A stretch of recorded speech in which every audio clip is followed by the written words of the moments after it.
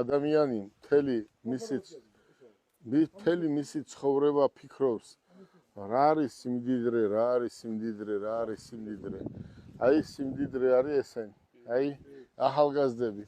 ბევრმა ეს არ იცის, ყველას ხო ხედავ დიდ, პატარას, ყველას ვეუბნები რომ ძალიან რთულია, ძალიან ძნელია, შრომა ჭირდება ყველაფერს. უნდა იშრომო რომ აქამდე მიხვიდე და ყველა ყოფილი იყოს და ყველა მადლიერი იყოს.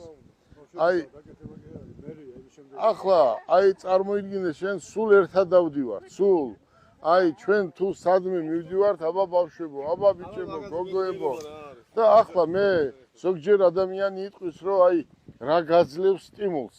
სტიმულს მაძლევს ესეთი, რასაც დღეს ჩვენ ვაკეთებთ, ესაა სტიმული. ახლა ოჯახია სტიმული. ახლა ზოგი იტყვის რომ იცით რა თქვენ ფული გაქვთ, ეს ახლა შენ იცი კაცო ფული და მე არ ვიცი ფული. ფულის ფასი უნდა იცოდე.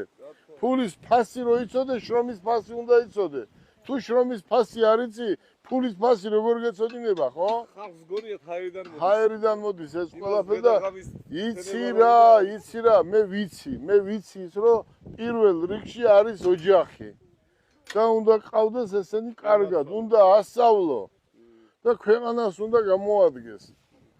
ხო ხედავ, ლექციების წაკითხვა რატომ არის კარგი?